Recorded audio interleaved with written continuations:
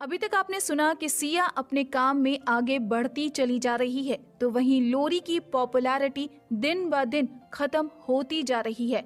Top 10 model competition के लिए लोरी एक आखिरी जुआ खेलती है, एक जज के साथ फिक्सिंग करती है, तो वहीं करण दूसरी तरफ सब कुछ ठीक करने की कोशिश कर रहा है। लोरी के लिए दोबारा मॉडलिंग इंडस्ट्री में जगह बनाने की कोशिश कर रहा है। आइए अब आगे सुनते हैं। सिया के सारे कॉन्ट्रैक्ट्स को अच्छे से देखने के बाद में राजवीर ने एक कॉन्ट्रैक्ट फाइनल किया, ट्रेंडी क्वीन का। ये मैगजीन हालांकि बहुत ज्यादा फेमस नहीं थी, ना ही बहुत बड़ी थी, पर ये जिनके बीच में फेमस थी वो सारा का सारा अपर क्लास ग्रुप था। इसीलिए इस मैगजीन की पहुंच अच्छे डिजाइनर और बड़े बिजनेसमैन के बीच में थी। राजवीर जानता था कि शायद सिया की कंपनी इसके लिए इतनी जल्दी तैयार नहीं होगी और ये एक तरह का रिस्क है, पर राजवीर ये रिस्क लेना चाहता है, क्योंकि अगर एक बार सिया इनके बीच में फेमस हो गई तो अगले 6 महीने तो उसके बिल्कुल बुक हो जाएंगे और इस तरीके से एक साइकिल बन जाएगा जिससे वो आगे काम कर पाएगी। सुबह उठकर जैसे ही सिया जागी, राजवीर ने उसके सामने ट्रेंडी क्वीन का कॉन्ट्रैक्ट रख दिया। सिया ने कुछ नहीं पूछा क्योंकि वो राजवीर पर भरोसा करती है। सिया की आंखों में देखकर राजवीर ने कहा, तुम मुझ पर भरोसा करती हो? सिया ने बस कहा, मैं इसका शूट करूंगी। राजवीर, तुम सवाल नहीं पूछोगी मुझसे कि मैंने ये क्यों सेलेक्ट किया? दरअसल राजवीर ने अपने मन में बहुत सारे जवाब सोच रखे थे कि उसे सिया को मनाने के लिए क्या क्या बोलना है, पर सिया ने बिना कुछ पूछे ही इस शूट के लिए अपनी मंजूरी दी। हालांकि ये शूट एक्सेप्ट करना एक रिस्क ही है। अगर सफल नहीं हुआ तो इसके परिणाम बुरे भी हो सकते हैं, पर सफल ना हो ऐसा राजवीर कभी होने नहीं देगा। सिया, देखो, पहली बात तो ये है कि मैं तुम पर पूरा भरोसा करती हूँ, पूरे दिल से करती हूँ, ये मुझे कहने की जरूरत नहीं है। और दूसरी बात, मैंने भी कॉन्ट्रैक्ट देखे हैं। मैं बहुत कंफ्यूज थी कि मुझे कौन सा काम करना चाहिए, और अगर सारी रात जागकर आपने इसे चुना है मेरे लिए तो यही सही है। और क्या करना है ये तय करने के लिए मुझे आपकी जरूरत है। आपके बिना मैं ये अकेली नहीं कर पाऊंगी। बस आपने तय कर लिया और मैंने मान लिया। किसी भी आदमी का ईगो इतनी सी बात से भी सैटिस्फाई हो जाता है कि उसके पार्टनर को उसकी जरूरत है। दोनों अपने कमरे से निकलकर बाहर ब्रेकफास्ट करने के लिए आए और दोनों ने साथ में ब्रेकफास्ट किया। सिया ने कहा, अब क्योंकि मेरे पास सिर्फ असिस्टेंट है, कोई मैनेजर नहीं, इसलिए मुझे जाकर अपना काम खुद ही डिस्कस करना होगा। मैं कुछ प्लान करती हूँ। राजवीर, ठीक है, अपनी लॉगिन आईडी मुझे दो, मैं करता हूँ। सिया, मिस्टर ओबेरॉय, आपने मुझसे वादा किया है कि आप मेरे काम के बीच में नहीं बोलेंगे। राजवीर, मैं तुम्हारे काम के बीच में बोल भी नहीं रहा हूँ और मैंने कॉन्ट्रैक्ट के लिए पैसे भी नहीं दिए हैं। मैं सिर्फ तुम्हारे काम में तुम्हारी मदद कर रहा हूँ और अपनी पत्नी की मदद करना मेरा हक है। सिया कुछ कह नहीं पाई और उसने अपनी डिटेल दे दी। सिया ने आगे राजवीर को बताया कि उसे ISN की शूट का कुछ फाइनल काम करना है और उसके साथ साथ डायना उसके साथ में एक और शूट करना चाहती है जो यहीं पर होगा। इसके लिए डायना टीम भेज रही है, उसे अमेरिका जाने की जरूरत नहीं है। तभी उसके पास में राशि का फोन आया। राशि ने सिया को बताया कि लोरी को टॉप 10 मॉडल कंपटीशन के फाइनल्स में चुन लिया गया है और उसके पास में उसका न्योता भी आ गया है। सिया, अच्छी बात है, कंपटीशन कब है? राशि, 10 दिन बाद। सिया, ठीक है, मतलब लोरी की खुशी 10 दिनों की मेहमान है। राशि, पर मैं तो सोच रही हूँ कि आखिर लोरी ने ऐसा क्या किया जो उसने फाइनल में जगह बना ली है, क्योंकि बिना किसी झोल झाल के लोरी फाइनल में जगह बना कैसे सकती है, ये बात मुझे पच नहीं रही है। सिया, अच्छी बात है, अगर तुम्हारे दिमाग में शक का कीड़ा कुलबुला रहा है तो यही शक का कीड़ा करण के दिमाग में भी कुलबुला रहा होगा। राशि, हाँ तो और कैसे ना कुलबुलाए, आखिर ऐसा कैसे हो सकता है कि लोरी ने फाइनल में जगह बना ली, और वो भी बिना किसी झोल झाल के। और सबसे बड़ी बात ये है कि इस समय वो खुशी से फूल ही नहीं समा रही होगी। सिया, कोई बात नहीं, उसे खुश होने दो। उसकी खुशी सिर्फ 10 दिनों की है। 10 दिनों के बाद में लोरी का नाम भी इंडस्ट्री में लोग नहीं जानेंगे। राशि, अच्छा हाँ, मैं तो बताना भूल ही गई, तुम्हें भी इवेंट के लिए इनवाइट किया गया है। सिया, ओके। राशि, पूरा स्टार किंग लोरी की जीत पर पागल हुआ जा रहा है। सिया, ठीक है, उनको खुशी मना लेने दो, हमें उससे अभी कुछ नहीं करना। हमें जो करना है हम बाद में करेंगे।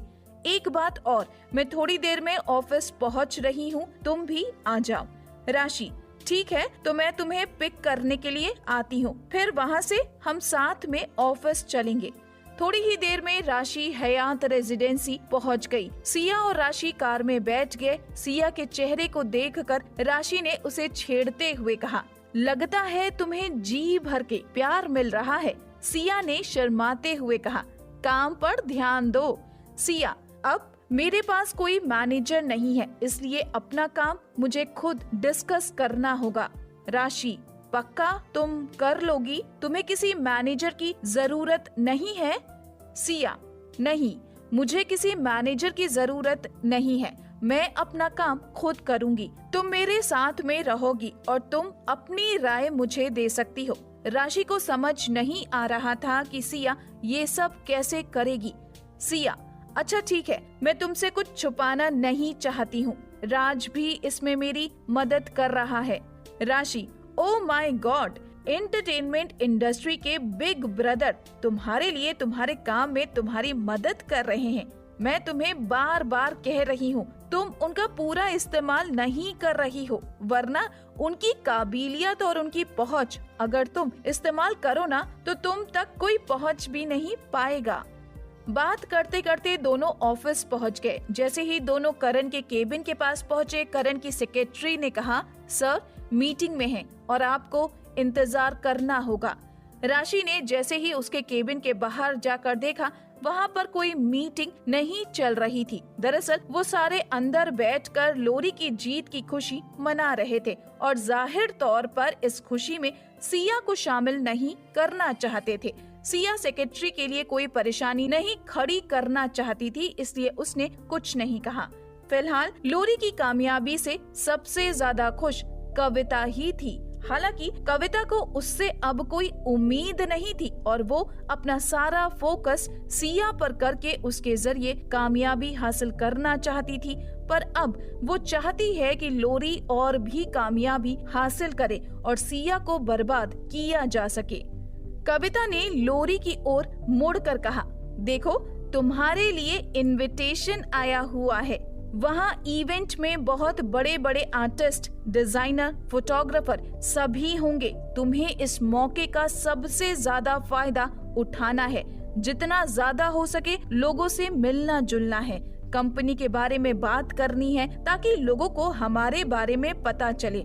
और मैंने सुना है स्पेशल इनविटेशन भी आया है जिसमें सिया को बुलाया गया है। और ये कहते हुए उसने सिया का इनविटेशन लेटर करण के सामने से उठाया और 2 टुकड़ों में फाड़ दिया और कहा, वो सपना देख रही होगी कि वहाँ पर जाएगी, हमें उसे नहीं जाने देना है। करण, दीदी क्या आपको लगता है ये ठीक है? ऐसा करना गलत नहीं होगा? क्या गलत होगा? वहाँ पर ऑर्गेनाइजर जब हमसे पूछेंगे कि सिया क्यों नहीं आई, तो हम कह देंगे वो जानबूझकर नहीं आई और वैसे भी वो महज एक मॉडल है, उसे हमारे इशारों पर ही चलना होगा। कुत्ता चाहे कितना भी अच्छा ब्रीड का हो जाए, रहता तो कुत्ता ही है। आखिर सिया कहीं भी चली जाए, रहेगी तो वो हमारी ही कंपनी की मॉडल।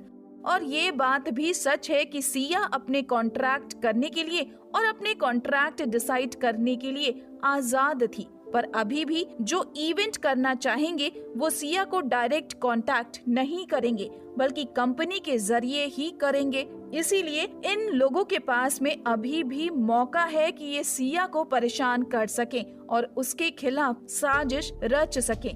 ये कहकर कविता मुस्कान के साथ करण के केबिन से बाहर निकल गई और केबिन के अंदर अब सिर्फ करण और लोरी बचे थे।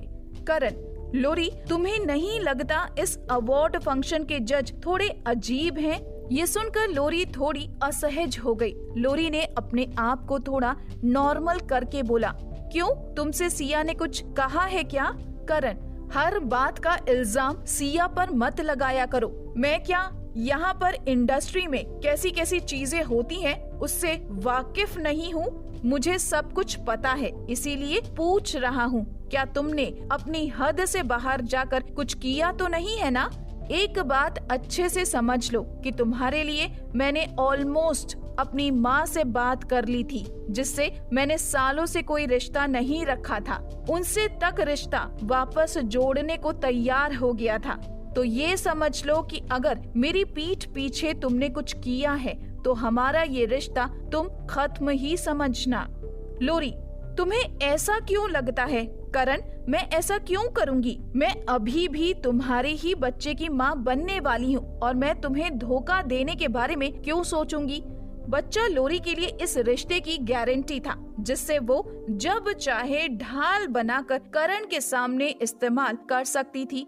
करण, ठीक है, मैं तुम पर कोई इल्जाम नहीं लगा रहा हूँ, मैं बस तुमसे पूछ रहा हूँ। करण ने थोड़ी देर लोरी की आंखों में घूर कर देखा और फिर उस पर भरोसा करना ही उसने ठीक समझा और करण ने कहा, हाँ, ठीक है, मैं तुम पर भरोसा करता हूँ।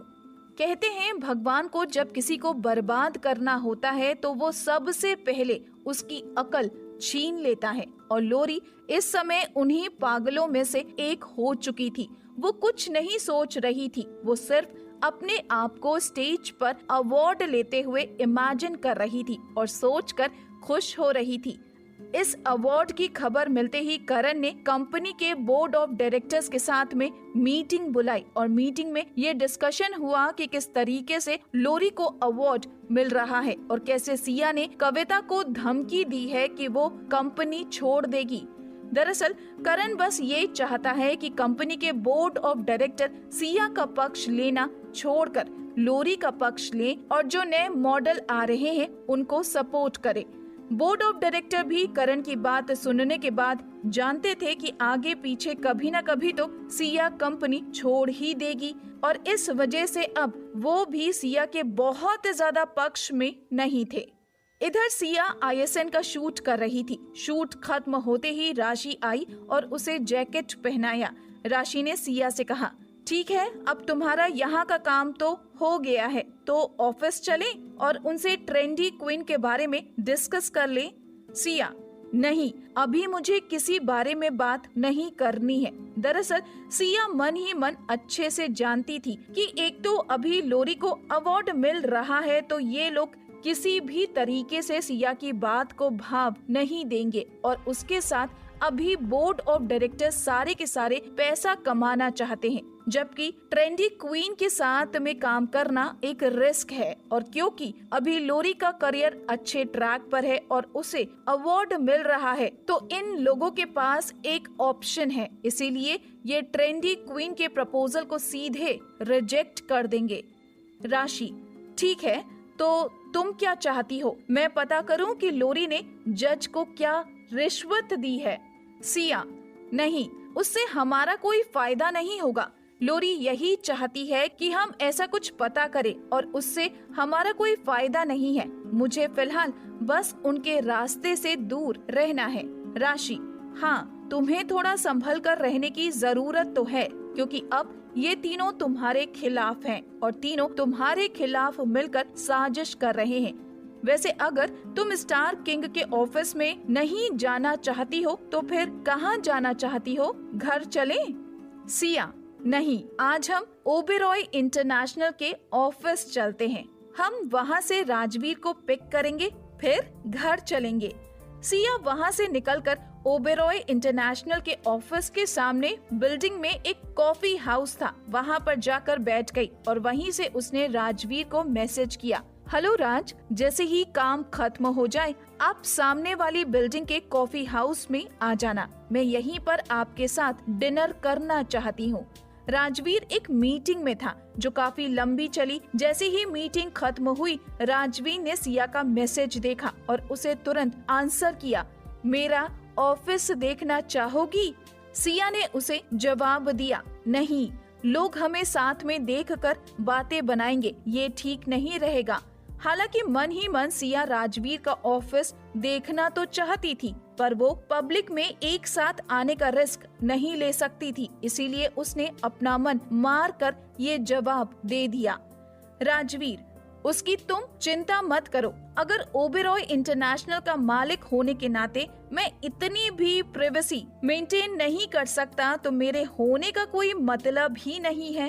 तुम एक काम करो, पार्किंग के बेसमेंट में पार्किंग के पास में कार पार्किंग पर आकर खड़ी हो जाओ। मैं नीचे पीयूष को भेज रहा हूँ, वो तुम्हें सीक्रेट दरवाजे से मेरे ऑफिस में लेकर आ जाएगा। सिया खुश हो गई और वो जाकर कार पार्किंग में राजवीर की बताई हुई जगह पर खड़ी हो गई। नीचे पीयूष आया, उसने कहा, मैम, आपको जब भी सर से मिलना हो और ऑफिस आना हो, आप प्लीज मुझे बता दिया कीजिए। यहाँ पर आपको कोई दिक्कत नहीं होगी, क्योंकि ओबेरॉय इंटरनेशनल के हर स्टाफ के साथ हमारा एक कॉन्ट्रैक्ट है जिसमें कोई भी कहीं पर भी किसी भी तरह की गॉसिप नहीं कर सकता है और ना ही ऑफिस के अंदर हुई कोई भी बात बाहर लीक कर सकता है।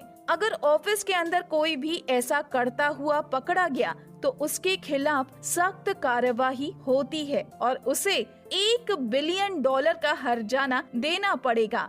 इसीलिए अगर आपको इनमें से किसी ने देख भी लिया तो यहाँ कोई बातें नहीं बना पाएगा। ये बातें करते करते पीयूष सिया को लिफ्ट में लेकर गया, जो सीधे 42वें फ्लोर पर जाकर रुकी। उसका दरवाजा सीधे राजवीर के केबिन में खुल रहा था। सिया बाहर आई और बाहर आकर उसने देखा सामने राजवीर अपनी टेबल पर बैठा हुआ कुछ डॉक्यूमेंट पर साइन कर रहा है। उसका ऑफिस एलिगेंस और सोफिस्टिकेशन की मिसाल था। उसकी जो टेबल और उसके पीछे बैठा राजवीर एक ऐसी इमेज क्रिएट कर रहे थे जिससे समझ में आ रहा था कि यहाँ कोई पावरफुल इंसान बैठा हुआ है जो सब कुछ कंट्रोल करता है।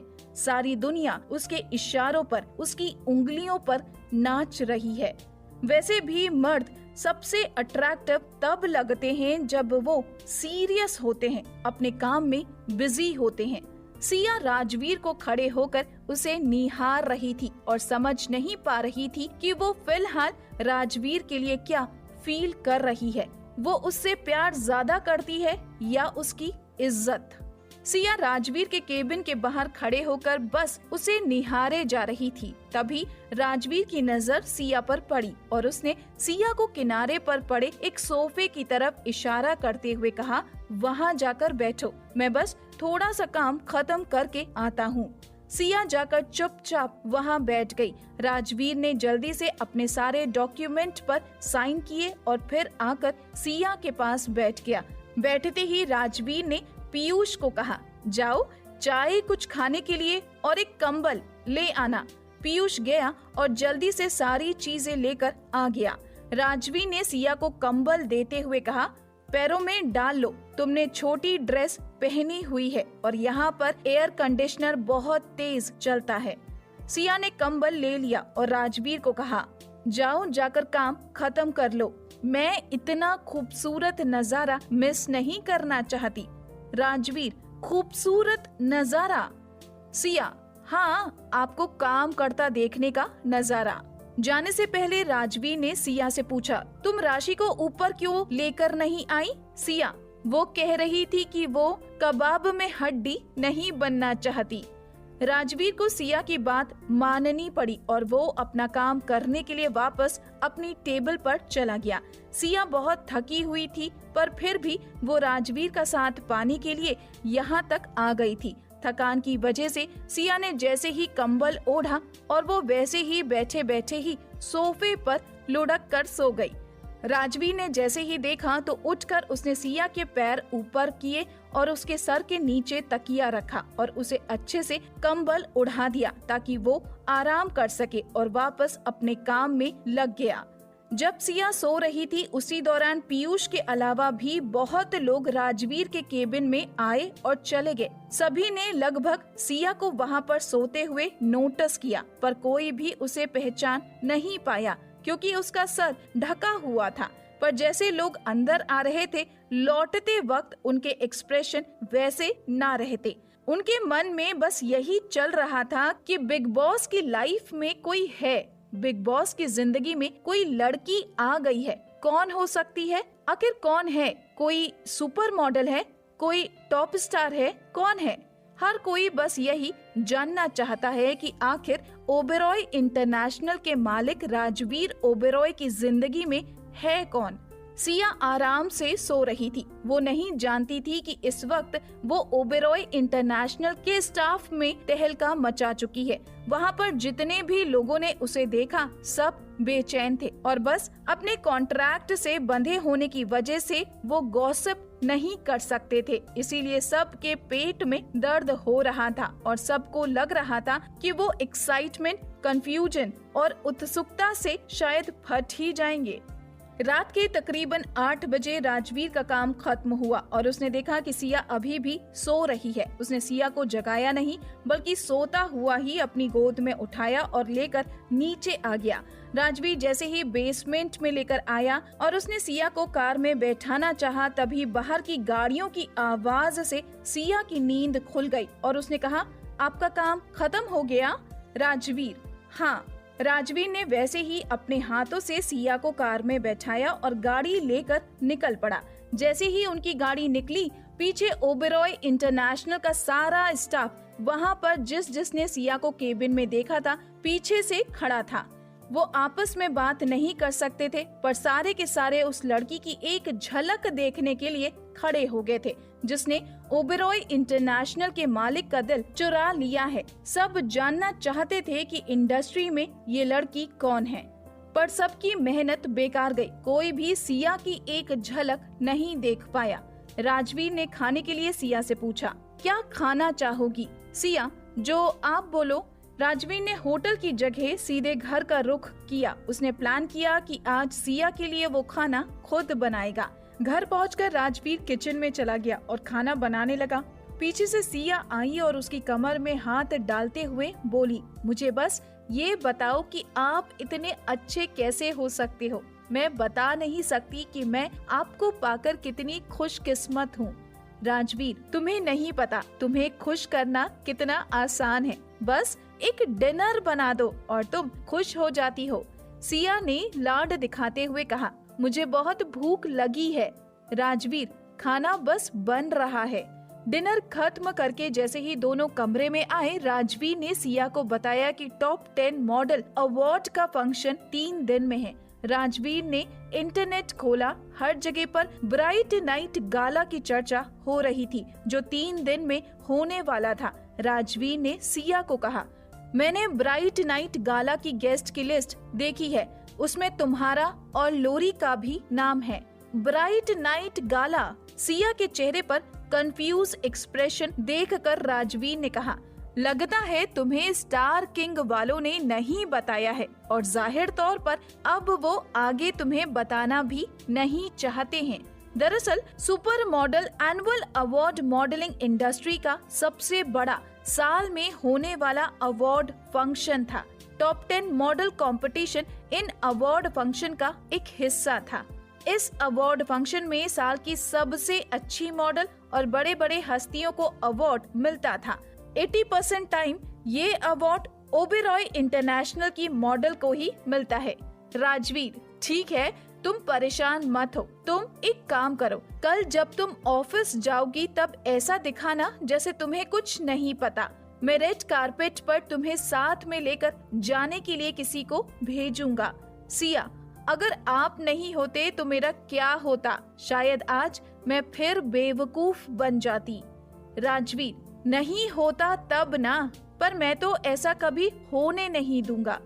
अगले दिन सिया जैसे ही ऑफिस पहुंची, उसने जैसा कि तय किया था उसने ऐसे दिखाया कि जैसे उसे कुछ भी नहीं पता है और वो ऑफिस से करण और बाकी लोग भी ऐसे ही दिखा रहे थे जैसे कुछ हुआ ही नहीं है। दरअसल कितनी लड़ाइयों के बाद अब वो अपने इरादों को छुपाना सीख गए हैं। करण ने सिया से पूछा, क्योंकि अब ISN का काम पूरा हो चुका है, इसलिए तुम आगे काम करना चाहोगी? सिया, हाँ मुझे ये करना है। और तभी उसने ट्रेंडी क्वीन का कॉन्ट्रैक्ट आगे रख दिया। ट्रेंडी क्वीन की फाइल देखकर करण को कुछ समझ नहीं आ रहा था, क्योंकि करियर के ऐसे समय पर कोई भी मॉडल ज्यादा से ज्यादा पैसा कमाना चाहती है और ज्यादा से ज्यादा फेमस लोगों के साथ काम करना चाहती है। ट्रेंडी क्वीन मैगजीन तो बहुत अच्छी थी और उसकी पहुंच भी रईसों के बीच में थी, पर वो ज्यादा बिकती नहीं थी, क्योंकि अमीर लोग गिने चुने होते हैं। करण, पक्का तुम ये ऑफर लेना चाहती हो? क्योंकि अपने करियर के इस दौर में जहाँ पर अभी तुम्हारा पिछला शूट अच्छा गया है, वहाँ पर कोई भी मॉडल होगी तो वो अपनी कामयाबी के मजे लेना चाहेगी और ज्यादा पैसा कमाना चाहेगी। सिया, मुझे पक्का यकीन है, मैं यही करना चाहती हूँ।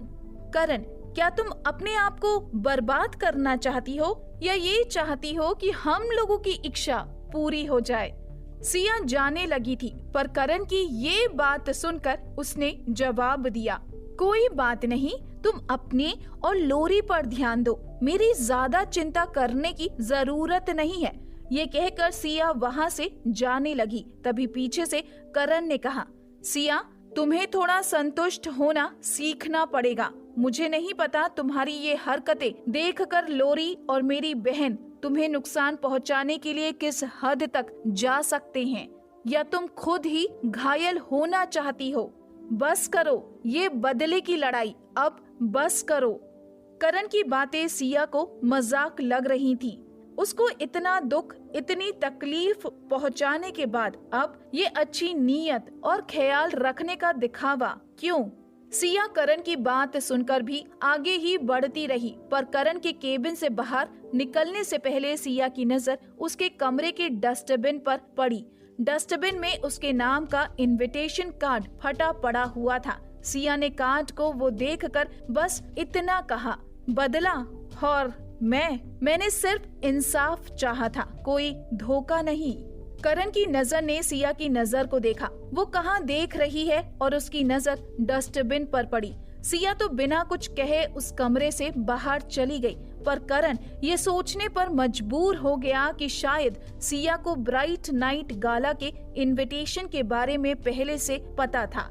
सिया जैसे ही बाहर निकली, लोरी आदत से मजबूर अपने कार्ड का दिखावा करती बाहर घूम रही थी। सिया को देखकर लोरी सिया के पास आई और कहा, ओहो, ये तो हमारे शहर की नई अपकमिंग मॉडल है, आजकल बहुत फेमस है। मिस फेमस, आपको ब्राइट नाइट गाला में इनविटेशन नहीं दिया गया क्या?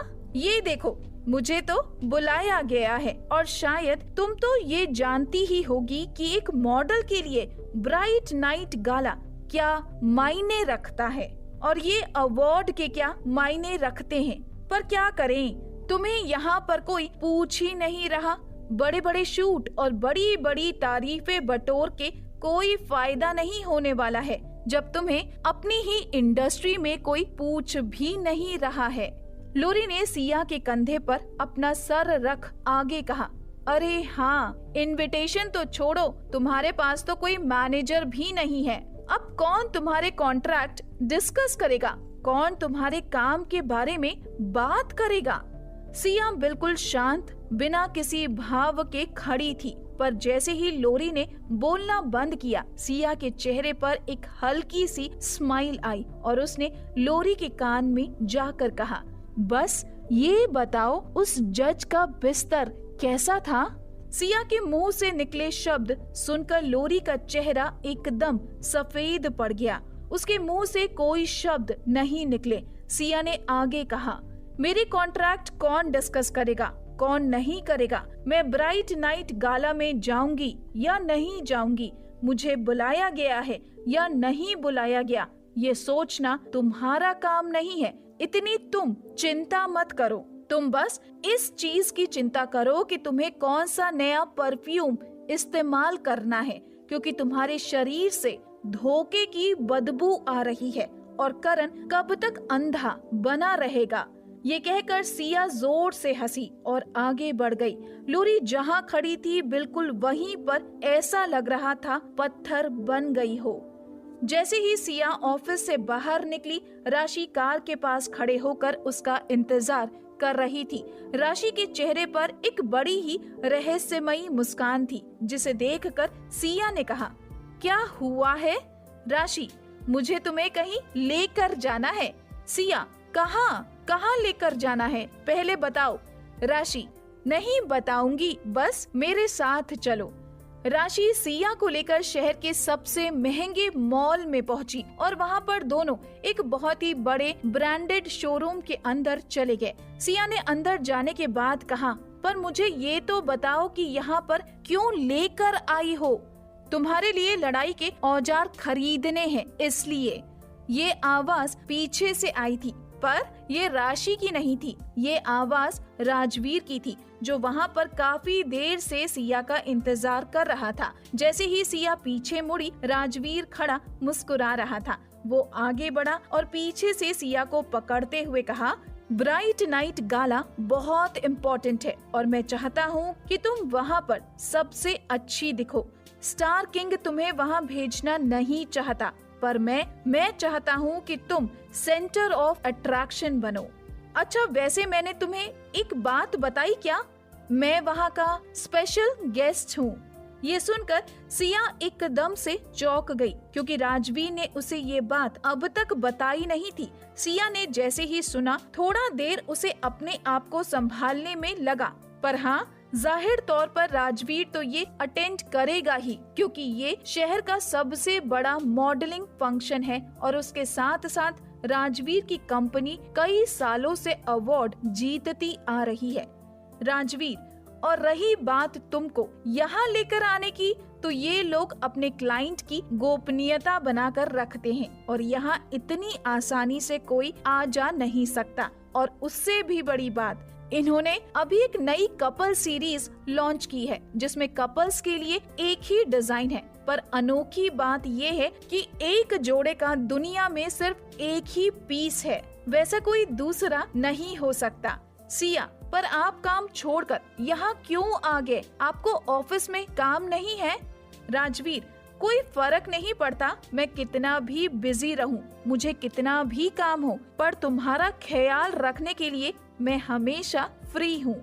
सिया, राजवीर, अगर हम वो पहला वाला क्राउन स्टार का शो छोड़ दें, तो ये पहली बार होगा ना जब हम एक साथ पब्लिक में होंगे। अब सिया को सब कुछ समझ में आ रहा था। वो समझ गई थी कि राजवीर उसको इस स्टोर में इसलिए लेकर आया है ताकि ब्राइट नाइट गाला की रात वो दोनों एक से कपड़े पहने, उनकी ज्वेलरी, उनकी एक्सेसरीज एक सी हो और वो अलग होकर भी दोनों एक ही लगे। हालांकि वो अपना रिश्ता अभी लोगों के बीच में बता नहीं सकते थे, फिर भी राजवीर सिया को एहसास कराना चाहता है कि वो पति पत्नी है और वो दोनों एक ही हैं।